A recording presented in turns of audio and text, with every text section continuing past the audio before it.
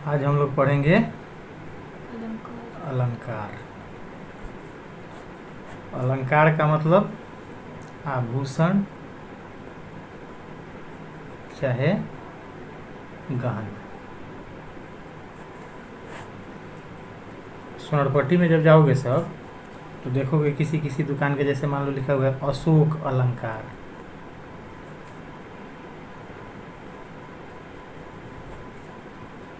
ठीक है, माने कहीं कहीं ज्वेलर्स भी लिखा रहता है और कहीं कहीं अलंकार लिखा हुआ है। तो अलंकार लिखा हुआ है जिस दुकान पे, उस दुकान में हम जाते हैं तो मिलता क्या है हमको? आलू प्याज नहीं ना मिलता है, कपड़ा नहीं ना मिलता है, खिलौना नहीं ना मिलता है, क्या मिलता है वहाँ पर? गहना मिलता है। तो अलंकार का शाब्दिक अर्थ क्या हुआ? आभूषण चाहे गहना। ठीक है। अब दूसरा चीज कि अलंकार का प्रयोग किस लिए किया जाता है? इससे पेट तो भरता नहीं है, इससे ताकत तो मिलती नहीं है। तो अलंकार जैसे तन ढकने के लिए हम लोग कपड़ा वगैरह का प्रयोग करते हैं नहीं, तो इससे न तन ढक सकते हैं, न पेट भर सकते हैं, न इससे ताकत मिल सकती है। तो आखिर इसका हम प्रयोग करते काहे के लिए हैं? तो अलंकार का प्रयोग हम किस लिए करते हैं बताओ? अपने शरीर को सजाने के लिए, सुंदरता लाने के लिए। अपने शरीर को सजाने के लिए, सुंदरता लाने के लिए। अब भैंस को गहना पहना दे तो कैसा रहेगा? हाँ? नहीं। तो हम लोगों के यहाँ एक कहा जाता है, कहावत है, भैंस के आगे बीन बजाए। तो भैंस के आगे बीन बजा हुआ चाहे भैंस को गहना पहना हो, क्या फर्क पड़ता है? लेकिन खैर छोड़ो, मजाक की बात थी। गहना किस लिए प्रयोग में लाए जाते हैं? अपने शरीर को चाहे अपने आप को आकर्षक बनाने के लिए हम किस चीज़ का प्रयोग करते हैं? गहनों का प्रयोग करते हैं, आभूषणों का प्रयोग करते हैं। ठीक है। लेकिन अब हमको पढ़ना है साहित्य में अलंकार, हिंदी में अलंकार हमको पढ़ना है, हिंदी में पढ़ना है अलंकार। साहित्य में अलंकार क्या होता है? तो साहित्यिक विधा में पहले बताए हैं क्या क्या होती है, क्या क्या है? गद्य है और पद्य है। नहीं, जैसे पुरुष और महिला हुए ना, तो करीब करीब दोनों लोग गहने पहनते हैं, कोई कम पहनता है, कोई ज़्यादा पहनता है। गहनों के प्रति भी विशेष आकर्षण किन में होता है? महिलाओं में होता है। लेकिन ये और बात है कि महिलाओं में गहनों के प्रति विशेष आकर्षण होता है। आजकल पुरुष मैंने लड़के भी कान छेदवाने लगे हैं, एगो कुंडल पहनने लगा है सब कान में, नहीं, या गले में चेन अंगूठी वगैरह तो लोग पहनता ही है। यानी हर कोई चाहता है कि हम थोड़ा सा बेहतर दिखें, नहीं।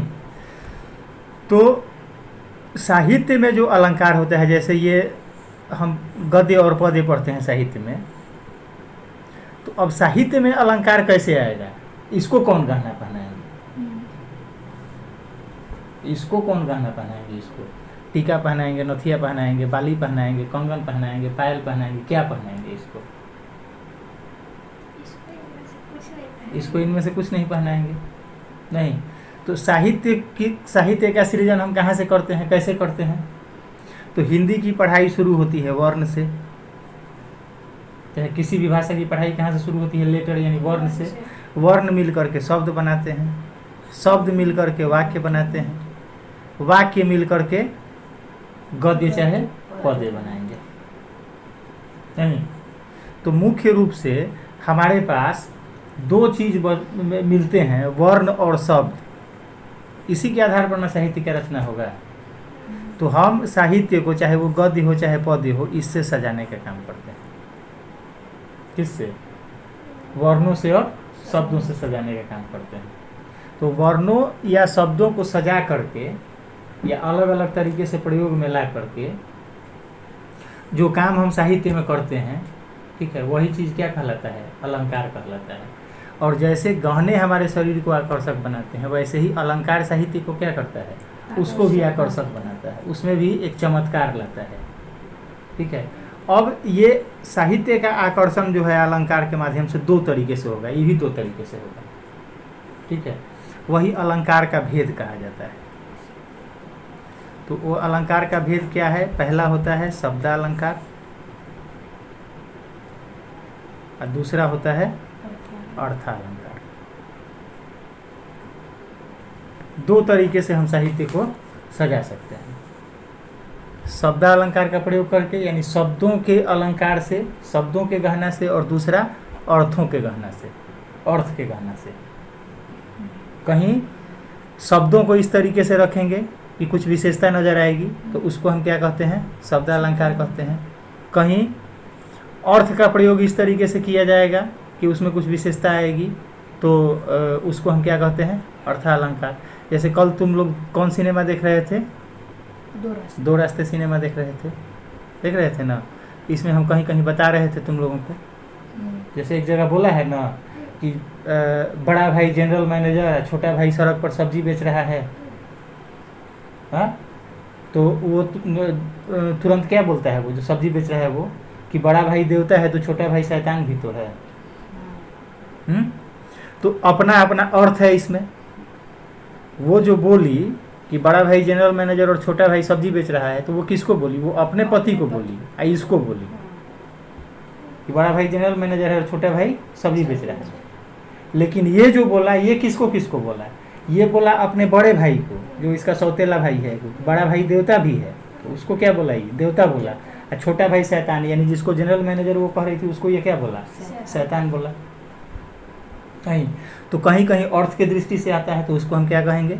अर्थालंकार कहेंगे। और जहाँ शब्द के दृष्टिकोण से आएगा उसको हम शब्दालंकार कहेंगे। ठीक है, क्लियर हुआ? तो दो बातें। सबसे पहले अलंकार का शाब्दिक अर्थ, आभूषण या गहना। नहीं, अलंकार का प्रयोग साहित्य में क्यों किया जाता है? साहित्य को सुंदर बनाने के लिए, आकर्षक बनाने के लिए, उसमें रोचकता लाने के लिए, जैसे इसको कह दो। ठीक है। अलंकार कितने तरीके के होते हैं? साहित्यिक दृष्टिकोण से अलंकार कितने तरीके के होंगे? मुख्य रूप से दो। मुख्य रूप से क्या हुआ? दो। और वो कौन कौन? शब्दालंकार और अर्थालंकार। जैसे मुख्य रूप से हम दो चीज़ का गहना बनवाते हैं, चाहे खरीदना पसंद करते हैं, सोना का और चांदी का। बाकी और प्लास्टिकों का गहना मिल जाता है, ऐसा नहीं है कि नहीं मिलता है। प्लास्टिकों का मिल जाता है, लोहा का भी मिल जाता है, तांबा का भी मिल जाता है। नहीं, उससे भी कुछ ना कुछ तो रोचकता आइए जाएगी ना। तो मुख्य रूप से साहित्य में अलंकार के कितने भेद हो गए? दो। शब्दालंकार और अर्थालंकार। शब्दालंकार क्या करता है? शाब्दिक दृष्टिकोण से साहित्य को रोचक बनाता है। अर्थालंकार क्या करता है? अर्थ के दृष्टिकोण से साहित्य को रोचक बनाता है। ठीक है। अब भेद के भेद हैं। भेद के भेद हैं कहने का मतलब कि जैसे पैर में पहनने वाला गहना अलग है, हाथ में पहनने वाला अलग है, गर्दन में पहनने वाला अलग है, कान में पहनने वाला अलग है। सब वर्गीकरण किया गया है ना, क्लासिफिकेशन किया गया है, इसको बांटा गया है। नहीं, अब अलग अलग तरीके के गहने होते हैं। हाथ में लोग चूड़ी भी पहन लेता है, कंगन भी पहन लेता है। नहीं, और वो क्या आता है जो उंगलियां में फंसा फंसा के पहनती है सब, ठीक है, वो भी होता है। नहीं, कान में ले लो तो वो बाली हो गया, तो झुमका हो गया, तो टॉप्स हो गया। नहीं, कितना चीज़ आता है। हाँ, तो वैसे ही सबसे पहले हम लोग जानेंगे शब्दालंकार को। तो शब्दालंकार के मुख्य रूप से भेद होते हैं अनुप्रास, यमक और श्लेष। कौन कौन हुए?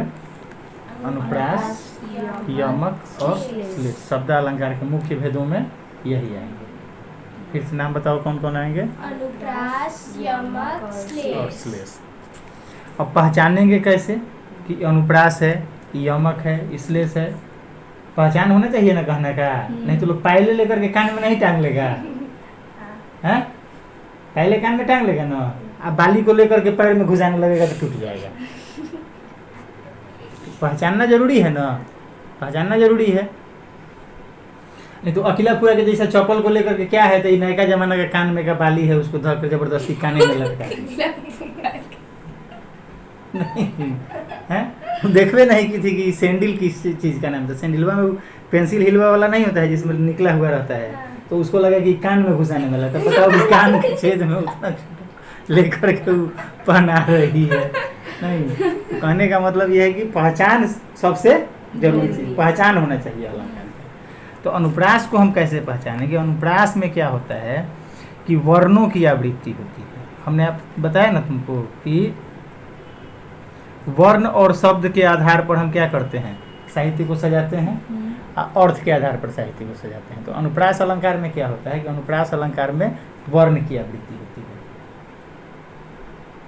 अब आज से तुम लोग ध्यान देना, न्यूज जब टीवी पर देखते हो तो न्यूज का जो हेडिंग देता है ऊपर वाला, ठीक है, देखना कि हमेशा अनुप्रास अलंकार में देता है।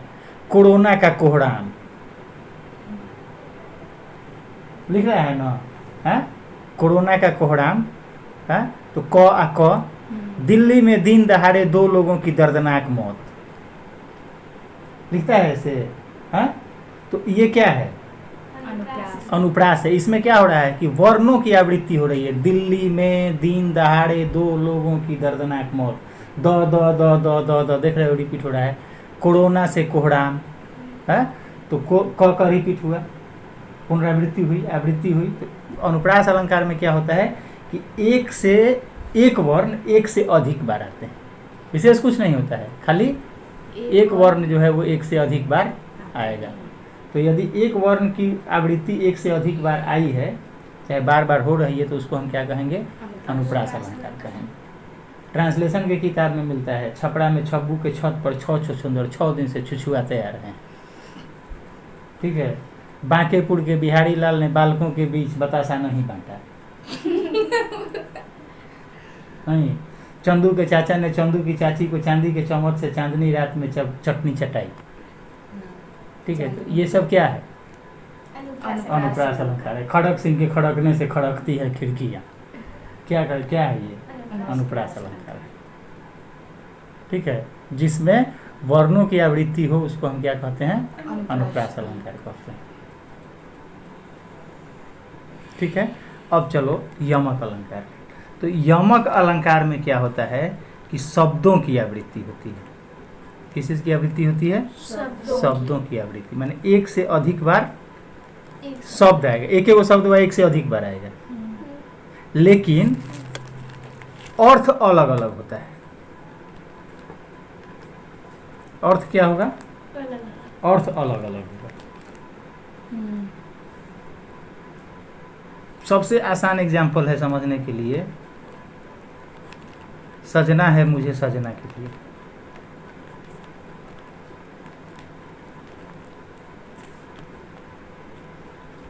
दो बार कौन शब्द का प्रयोग हुआ है? हाँ? तो एगो सजना का मतलब क्या हुआ? सजना संवरना। एगो सजना का मतलब क्या हुआ? हस्बैंड, पति। नहीं, तो ये शब्द एक ही तो है, सजना है मुझे सजना के लिए। सजना शब्द का प्रयोग कितनी बार हुआ? 2 बार हुआ, लेकिन दोनों बार क्या हो गया? अर्थ अर्थ अलग अलग आ गया। तो वैसी रचनाएं या ऐसे वाक्य या कविता वगैरह की ऐसी पंक्तियां जिनमें एक ही शब्द का प्रयोग 2 बार किया गया है और हर बार उसके अर्थ क्या हो रहे हैं? अलग अलग आ रहे हैं, तो उसको हम क्या कहते हैं? यमक अलंकार कहते हैं। जैसे एक और वाक्य लिख रहे हैं, देखो, काली घटा का घमंड घटा। इसमें 2 बार कौन शब्द आया? घटा।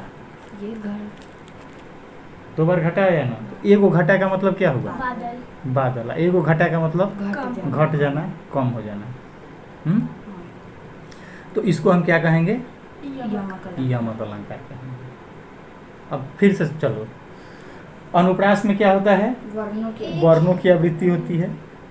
कोई खास वर्ण बार बार आता है। चरण धरत चिंता करत, च 2 बार आया नहीं। हनुमान चालीसा में ऐसा कितना पंक्ति तुमको मिल जाएगा। रामचरितमानस वगैरह पढ़ते हो सब, उसमें बहुत सारी पंक्तियां मिल जाएंगी तुमको। लाल देह लाली लसे और उधर लाल लंगूर, ल आ रहा है। शब्द शब्द की भी आवृत्ति हो रही है, हैं? नहीं, तो ऐसे जिसमें शब्दों की आवृत्ति हो उसमें उसको हम क्या कहेंगे, सॉरी, जिसमें वर्णों की आवृत्ति हो उसको क्या कहेंगे, अनुप्रास अनुप्रास अलंकार। जिसमें शब्दों की आवृत्ति हो उसको और अर्थ अलग अलग मिले, यमक। सिर्फ आवृत्ति से नहीं मतलब है, अर्थ भी क्या होना अर्थ भी चाहिए, अलग-अलग अलग अलग होना चाहिए। नहीं, उसको हम क्या कहेंगे, यमक अलंकार। एक दोहा पढ़े होगे तुम लोग, कई बार मिला होगा, कनक कनक ते सौ गुना मादकता अधिकाय, एक खाए बौड़ा थे एक पाए बौड़ाए। तो इसमें 2 बार कौन शब्द आया है, कनक। कनक। एगो कनक का मतलब एक सोना, सोना, और दूसरे कनक का मतलब धतूरा। नहीं, तो यानी एगो मिलता है तो आदमी पागल हो जाता है, एगो खाता है तो आदमी पागल हो जाता है। एगो मिल जाने के बाद आदमी होश आवास, 5 किलो सोना मिल जाए तो ऐसे ही किसी को कुछ नहीं समझेंगे, नहीं है। थोड़ा सा धतूरा चबा लें तो ऐसे ही आसमान में उड़ने लगेंगे। तो ये ऐसे करके देखो, इसमें एक अलग तरीके का साहित्य नजर आ रहा है ना, एक अलग तरीके की रोचकता आ रही है ना। नहीं, आराम से जो कहा, ऐसे जो साधारण भाषा में हम कहेंगे उसमें इसमें फर्क है। नहीं तो ऐसे अलंकारों का प्रयोग करके जो साहित्य लिखा जाता है ज़्यादा बढ़िया लगता है। अब आता है श्लेष। तो श्लेष शब्द का अर्थ ही होता है चिपकना। इसका अर्थ क्या होता है, चिपकना, सटा हुआ। समझ गए, इसका अर्थ क्या होता है, चिपकना। हाँ, माने सटा हुआ है। और इसमें क्या होता है ना कि एक ही शब्द के विभिन्न अर्थ मिलते हैं, जो इसका जो अर्थ लगा ले। जैसे हम कहते हैं कर दो, कर दो, काम कर दो, और कर दो यानी कर दो, कर दो यानी काम कर दो। हाँ, और एक कर दो यानी जो लगान वगैरह लिए। हाँ, एगो लगान वगैरह जो टैक्स है हाँ। वो दो। हाँ। नहीं, कर का मतलब हाथ भी होता है, मतलब हम कह रहे हैं कि कर दो ना, हथवा इधर दो, बढ़ाओ। ठीक है, तो यहाँ क्या हो गया कि एक ही शब्द के बहुत बि- सारे 3 गो अर्थ निकल गए। नहीं, अब इसमें जिसका जो अपने समझ के हिसाब से जो अर्थ लोग निकाल ले। नहीं, कवि का अपना कुछ दूसरा मतलब होता है कहने का। हम लोग कुछ और सोच लेते हैं। हाँ, तो श्लेष में क्या होता है कि एक ही शब्द के विभिन्न अर्थ निकलते हैं। हम कुछ और सोच भी लेते हैं, और कुछ ऐसा होता है कि नहीं, हम एक ही शब्द से अलग अलग अर्थ अपना लगा लेंगे। ठीक तभी ठीक है, है। हाँ, तभी ठीक है। और जो कवि ने जिस चीज़ को सोच करके लिखा है वही हम भी लगाएंगे। नहीं, तो ये कहलाता है श्लेष अलंकार। जैसे एक लिखा जाता है कि चरण धरत चिंता करत, अभी जैसे बोले हैं अनुप्रास समझाने के लिए, चरण धरत चिंता करत, भावे भोर न सोर, सुवर्ण को खोजत फिरत,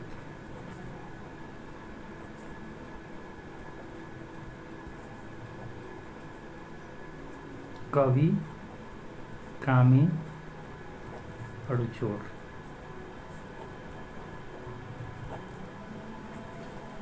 ये है कि चरण धरत चिंता करत, भावे भोर न सोर, सुवर्ण को खोजत फिरत, कवि कामी अरु चोर। देखो, चरण धरत यानी एक एक पग आगे बढ़ाने में चिंता करत, सोचते हुए आगे बढ़ता है, डरते हुए आगे बढ़ता है, बहुत सोच समझ करके अपना एक एक कदम आगे बढ़ाएगा। भावे भोर न शोर, इन लोगों को न भोर से, इनको भोर अच्छा नहीं लगता है, इनको शोर अच्छा नहीं लगता है। शोर यानी हल्ला गुल्ला, भोर भी अच्छा नहीं लगेगा और शोर भी अच्छा नहीं लगेगा। सुवर्ण को खोजत फिरत, ये लोग खोजते फिरते हैं सुवर्ण को। कौन कौन? कवि, कामी, चोर। चोर वो एक एक कदम आगे बढ़ाने में सोचेगा, और सुबह में चोरी करेगा कि रात में चोरी करेगा, तो इसको भोर से लगाव नहीं है। हल्ला गुल्ला होगा तो चोरी कैसे करेगा? हाँ, तो इसको न भोर चाहिए न शोर चाहिए। ठीक है, कवि, इसको भी न भोर चाहिए न शोर चाहिए। रात में शांति से जब सब लोग सो जाएगा तो उठ करके लिखेगा, दिमाग काम करेगा नहीं। हल्ला गुल्ला होगा उसमें इसकी जो सोचेगा निकल जाएगा। 10th में जब जाओगी तो वो पढ़ोगी लखनवी अंदाज कहानी, तो उसमें एथिए के लिए क्या कहते हैं, लिखने के लिए ही कि कुछ हम रचना कर लें, उसके लिए वो ट्रेन में जा रहा है तो सोच रहा है कि हम अकेले ही जाएं। नहीं, लगता है कि ट्रेन खरीद करके उसके घर के लोग पटरी पर चला रहे हैं तो वो अकेले बैठेगा ट्रेन में। नहीं, एगो नवाब साहब हैं तो वो चाहते हैं कि हम अकेले ही जाएं। नहीं, कामी कहा जाता है वैसे लोगों को जो महिलाओं के पीछे भागते हैं। ठीक है, चप्पल जूता सैंडल उंडल का से स्वागत उनका होते रहता है। हाँ, पीछे जाएंगे तो क्या होगा, यही ना होगा है? तो इन लोगों को भी इहो लोग अपना अपना एक ही को कदम डरते डरते बढ़ाएगा ना, डरते डरते बढ़ेगा है। इनको भी भोर नहीं चाहिए, इनको भी शोर नहीं चाहिए। कब कहाँ कौन स्वागत कर देगा कोई ठीक है ना। तो इसलिए ये लोग भी डरते हैं। लेकिन तीनों लोग खोजते क्या है, सुवर्ण को खोजत फिरत। तो अब कवि के लिए सुवर्ण क्या हुआ, अच्छे शब्द, अच्छे वर्ण, अच्छे शब्द कवि के लिए। तो कवि के लिए सुवर्ण का अर्थ क्या निकला, अच्छे शब्द। कामी के लिए सुवर्ण का अर्थ निकला सुंदर महिला। नहीं, और चोर के लिए सुवर्ण यानी सोना। तो एक सुवर्ण शब्द में कितने अर्थ चिपके हुए हैं, 3 अर्थ चिपके हुए। तो इसको हम क्या कहेंगे, इसको हम कहेंगे श्लेष अलंकार कहेंगे। एक और उदाहरण देते हैं, कहा जाता है जैसे कि रहीमन पानी राखिए बिन पानी सब सुन, पानी गए न उबड़े मोती मानस चून। रहीम कवि का दोहा है। ठीक है, कि पानी रखिए, बिना पानी के सब कुछ सुना है। लिख दें, लिख दीजिए। रहीमन पानी राखिए बिन पानी सब सुन,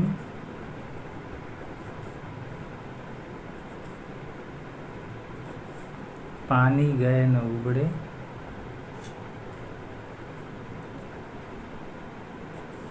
मोती मानस चून। यहाँ हमको आप देख रहे हैं पानी शब्द मिल रहा है, हालांकि एक से अधिक बार मिला है। ठीक है, तो इस दोहा में हम कह सकते हैं कि यमक अलंकार भी है और श्लेष अलंकार भी है। पानी का मतलब एगो पानी यानी इज्जत प्रतिष्ठा मान मर्यादा, नहीं, उसको भी पानी कहा जाता है। नहीं, एक पानी यानी पानी, जल, वाटर। तो पानी बिना सब सुना है, तो सही बात है। जल भी नहीं है तो जीवन खत्म, नहीं, और प्रतिष्ठा भी नहीं है तो समाज में रहने का कोई फायदा नहीं है।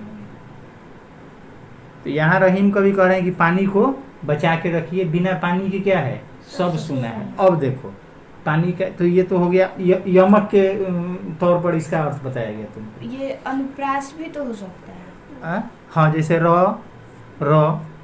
अनुप्रास भी इसमें दिख रहा है। लेकिन अनुप्रास उतना नहीं है। नहीं, सब सुन, स ये भी हाँ, प तो पानी पानी पानी, सब जगह पानी पानी है। ठीक है, मोती मानस में अनुप्रास अलंकार है तो हाँ, अनुप्रास भी है, तीनों है। हाँ, इसका मतलब अनुप्रास पर आ गया। पानी के 2 अर्थ मिल रहे हैं हमको अलग अलग जगह पर, कि इज्जत प्रतिष्ठा भी हो गया और जल भी हो गया। अब श्लेष कहाँ है इसमें, तो पानी गए न उबड़े मोती मानस चून। पानी चला गया तो ये 3 लोग जो होते हैं, कौन कौन, मोती, मानस और चून यानी चूना। जैसे ही पानी जाता है, पानी यदि चला जाएगा तो ये तीनों बेकार हो गए। तो मोती के लिए पानी का अर्थ है चमक। नहीं, लोग कहता है कि चांदी का गहना है, सोना का पानी चढ़ा दो। हाँ, ऐसे भी महिलाओं को बेवकूफ़ बना दिया जाता है। जब सोनार के पास जाएगी तब ना उसको पता चलेगा कि सोना है कि चांदी है। हाँ, लोहे पर सोना का पानी चढ़ा करके दे दो, मान लेगी सब सोना का गहना मिल गया। जिस दिन काला होगा उस दिन पति का कपार फोड़ देगी सब। नहीं है, हाँ। तो मोती के लिए पानी क्या हो गया, चमक। तो यदि मोती की चमक चली गई तो कौन खरीदेगा उसको, चमके देख करके ना खरीदा जाता है, तो उसका पानी गया यानी वो बेकार। मानस यानी मनुष्य के लिए पानी हो गई उसकी इज्जत, उसका मान, उसकी मर्यादा। देहतवा में लोग खिसियाता है, कोनो कोनो बुढ़वा लोग चाहे कोई, तो जब इज्जतें चल गई तो क्या बचो, लोग कहता है ना, हाँ नहीं, तो उनके लिए, मनुष्य के लिए क्या है? इज्जत। पानी यानी इज्जत। चून यानी चूना के लिए पानी पानी है, जल। तो चूना में जब पानी मिला देते हैं तो वो भी अपना गुण खो देता है, फिर से वो चूना उसको नहीं बनाया जा सकता है। चूना में पानी गया तो उसका भी जो चूने का जो गुण है वो भी खत्म हो गया, पानी के साथ उसका रिएक्शन होता है, नहीं देखती है सब, चूना मिलाते हैं पानी में तो खोलने लगता है, हाँ चूना में जब पानी जाता है। तो ये पानी का यानी यहाँ इस पानी शब्द के क्या 3 ठो अर्थ निकल गए, कौन कौन? चमक मोती के लिए, इज्जत मनुष्य के लिए, जल चूने के लिए। तो इसको हम क्या कहते हैं? श्लेष अलंकार। इसमें क्या हुआ, इसमें क्या है, इसमें चिपके हुए अर्थ, सटे हुए अर्थ हमको मिलेंगे एक ही शब्द के। अब फिर से बताओ जो पूछ रहे हैं उसको। अलंकार का शाब्दिक अर्थ आभूषण, गहना, गहना या आभूषण। साहित्य में इसका प्रयोग क्यों किया जाता है? आकर्षक बनाने के लिए, सजाने के साहित्य को लिए। आकर्षक बनाने के लिए। मुख्य रूप से अलंकार कितने होते हैं? 2 शब्दालंकार अर्थ अलंकार। और अर्थालंकार। शब्दालंकार का क्या काम है? शब्दालंकार शब्द से साहित्य को आकर्षक बनाते हाँ, सजाते हैं। और अर्थालंकार क्या करते अर्थ हैं? अर्थ से साहित्य को सजाते हैं। शब्दालंकार के मुख्य रूप से कितने भेद हुए? 3 कौन कौन? अनुप्रास, यमक, श्लेष। अनुप्रास में क्या होता है? वर्णों की वर्णों की आवृत्ति। मतलब आवृत्ति होती है। आवृत्ति होती है। हाँ, यमक में क्या होता है? शब्दों की आवृत्ति होती है। और श्लेष में शब्दों की आवृत्ति होती है। इसके साथ एक और चीज कहना जरूरी है, हाँ, और शब्द का अर्थ अलग अर्थ अलग अलग होना निकलता है, अर्थ अलग अलग निकलता है, निकलता है। ठीक है। और श्लेष में होता है कि एक ही शब्द में बहुत सारा अर्थ चिपका हुआ रहता है, मतलब उसका बहुत सारा अर्थ निकाल सकते हैं। एक ही शब्द के बहुत विभिन्न सारे अर्थ मिलते हैं, ठीक है। तो ये था तुम्हारा अलंकार। अलंकार में शब्दालंकार। हाँ। अभी अर्थालंकार पढ़ना बाकी है, बाकी है। तो अर्थालंकार हम लोग फिर बाद में पढ़ेंगे, हाँ, ठीक है। और कुछ पूछना है इसमें? नहीं। तो अब तुम लोगों का काम ये है कि किताब से हो चाहे जहाँ से हो, अनुप्रास अलंकार के 5 उदाहरण, यमक अलंकार के 5 उदाहरण, श्लेष अलंकार के 5 उदाहरण खोज करके रखोगे। श्लेष का उदाहरण खोजने में तुमको हो सकता है कि थोड़ा सा कठिनाई हो, दिमाग पर जोर डालोगे तो उदाहरण कोई ज़रूरी नहीं है कि हम बाहर से खोजेंगे, मिल भी सकता है, बनाया भी जा सकता है। अच्छा देखिए, काली रात में काली लड़की काली माँ की पूजा कर रही है, हाँ, ये भी तो हो जाएगा। ये काली रात में तीनों हो सकता ये है। होता है यमक अलंकार। काली लड़की, काली माँ की पूजा कर रही है, हाँ, तो ये अनुप्रास भी तो हो सकता है। नहीं, अनुप्रास भी नहीं, काली काली काली एक ही बात है। हाँ, तो यमक, क आया है, हाँ। तो अनुप्रास यमक, हो जाएगा, हो जाएगा। यमक कैसे होगा? यमक हो जाएगा कि सबका अर्थ, मतलब शब्द एक ही आया है लेकिन अर्थ अलग अलग सबका। नहीं होगा, क्योंकि काली एक रंग को ही बताया रंग रहा है। को ही बताया जा रहा है। एक जगह काली माँ देवी का नाम है, हाँ, समझ गए, समझ गए। ठीक है। ठीक है।